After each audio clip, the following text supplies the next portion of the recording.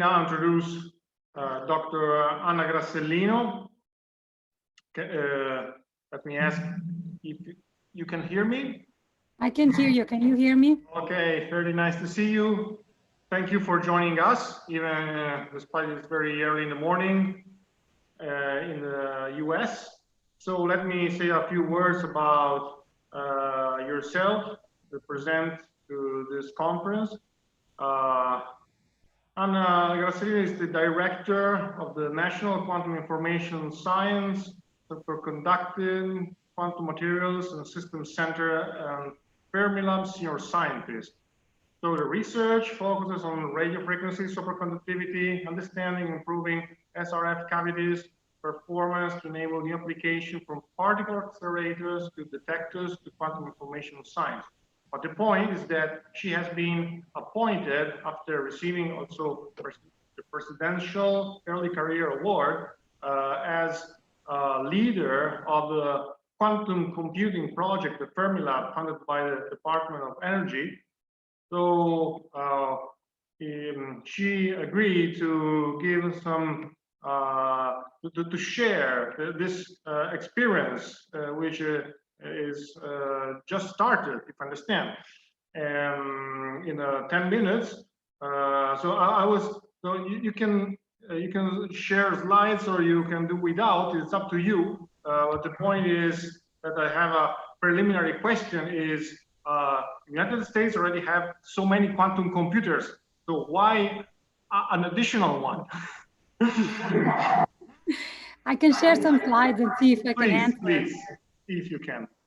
All right, let me see. First of all, thank you for inviting me and for accommodating my talk, despite my negligence in replying.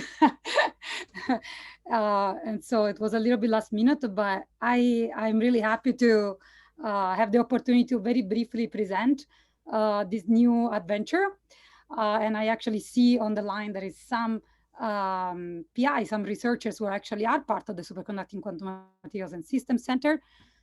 So I wanted to first frame it. So this is, as it was just mentioned, as part of the US National Quantum Initiative in 2019. Congress mandated the creation of 5 Department of Energy National Quantum Centers. It's around $600 million over 5 years to develop quantum computers, quantum sensors, and quantum communication. So there is the first answer to the question.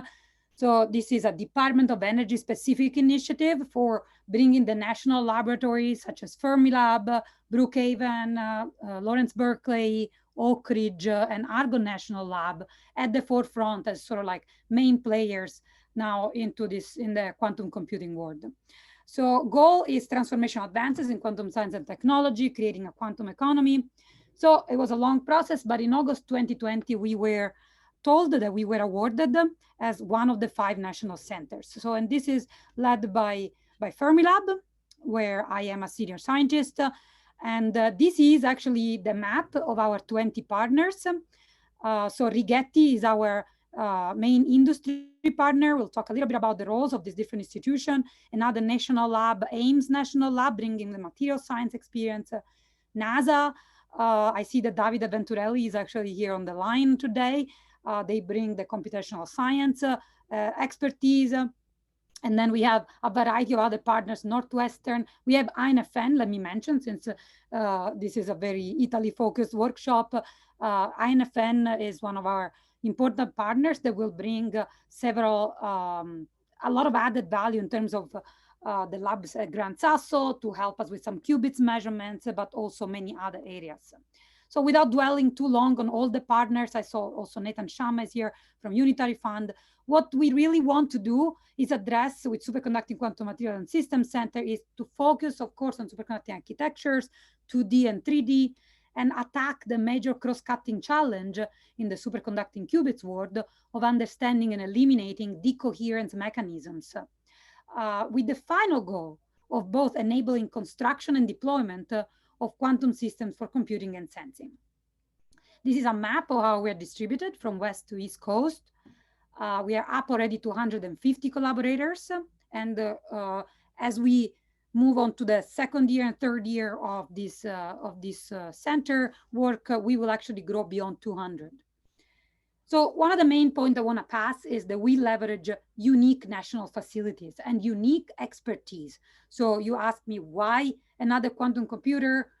The point here is really that these national centers have been tasked to do two things: bring together industry, national labs, and academia, and bring together really multidisciplinary collaboration of really, large breadth in terms of we bring together, for example, as SQMS, experts in superconductivity, material science, particle physics, computational sciences. So a lot of different backgrounds that really are key to that all together, working together in what's called co-design to the advancement of quantum technologies. So from world unique superconducting 2D and 3D foundries to material science and superconducting characterization tools to millikelvin test beds, we really bring together this kind of very broad expertise and facilities. And I wanted to just also give at a glance some pictures of the Fermilab facilities. What we really bring to the plate in a nutshell is the superconducting RF technology. So which, because we have mastered it for superconducting accelerators and we have recently brought it into the quantum regime, showing really large potential in terms of coherence times of these devices, we think that we can bring substantial added value from the device and technology perspective. At the same time, we have the in-house very strong science driver of the most complex particle physics problems that we are trying to solve. And this is other facilities, of course, that everybody is familiar with, but I just want to stress that Rigetti works with us hand in hand. They're our primary industry partner. It's not a relationship of vendor where we buy some chips from them. We really are working hand in hand to advance the coherence time of transmon qubits and together benefit mutually from each other's expertise and understanding at device level, but also at scale up level in terms of marching towards a computer prototype.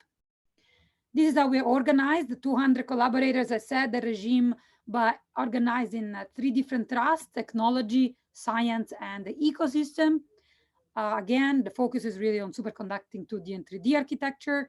And it's a co-design cycle of technology working driven by the push of the quantum physics and sensing applications and the algorithm simulations and benchmarking.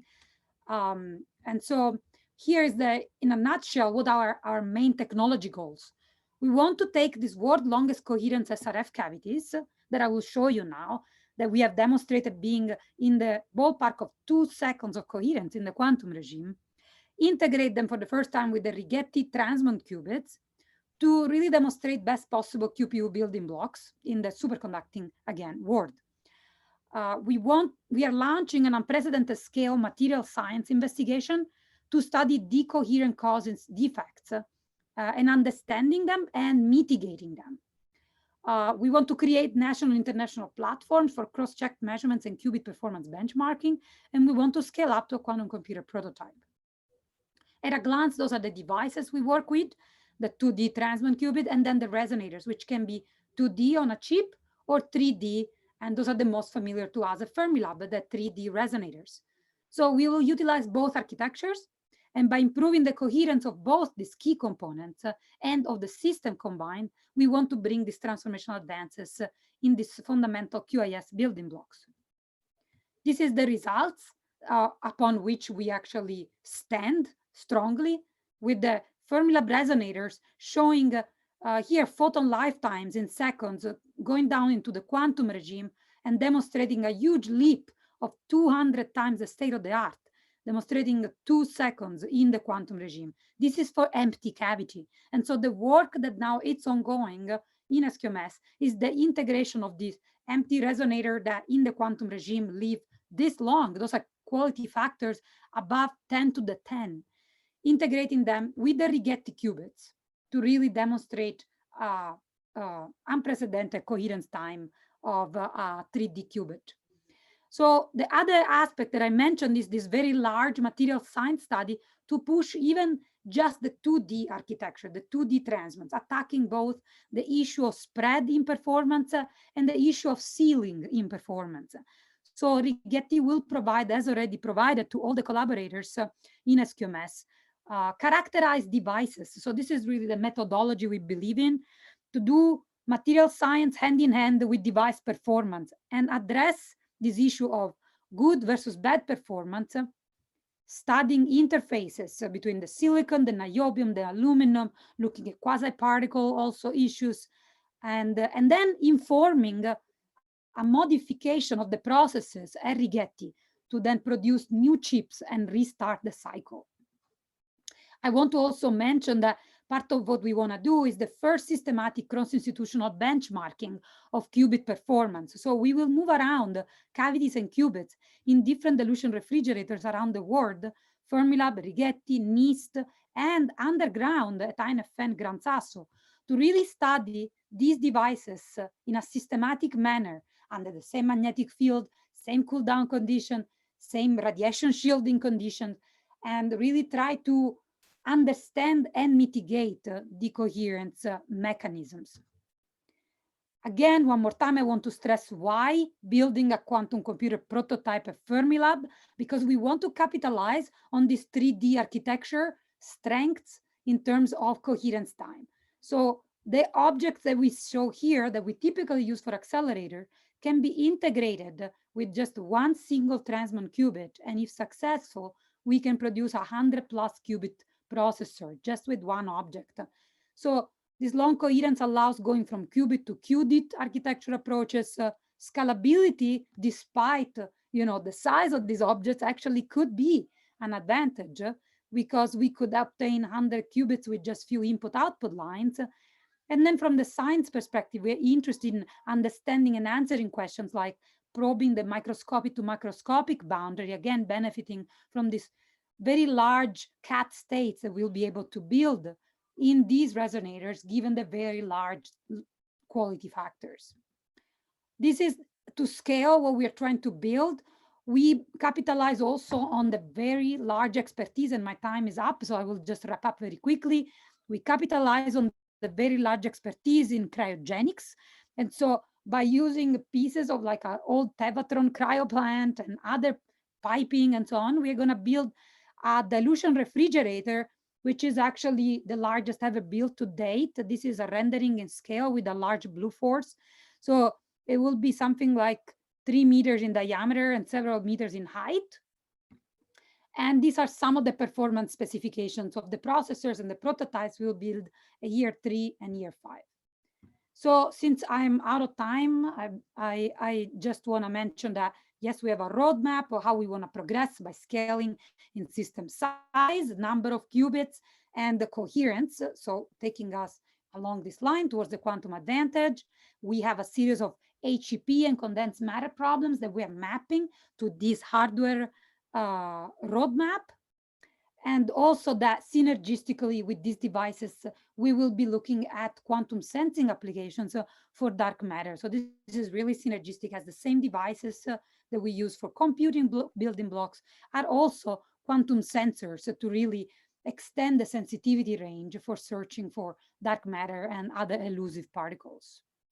So the new SQMS Center is really a unique collaboration that gathers multidisciplinary top talent and facilities towards very ambitious quantum computing and sensing goals. As previous speakers have mentioned, we are also hiring. So if you have interest, visit our website, or you can also contact me. And thanks again to the organizer for giving me the opportunity to present this new ambitious and exciting project.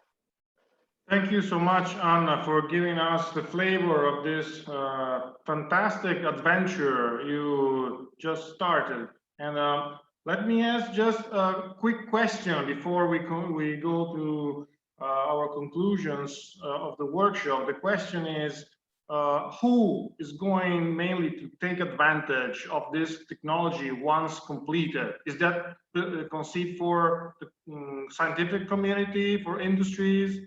Who is going to take advantage?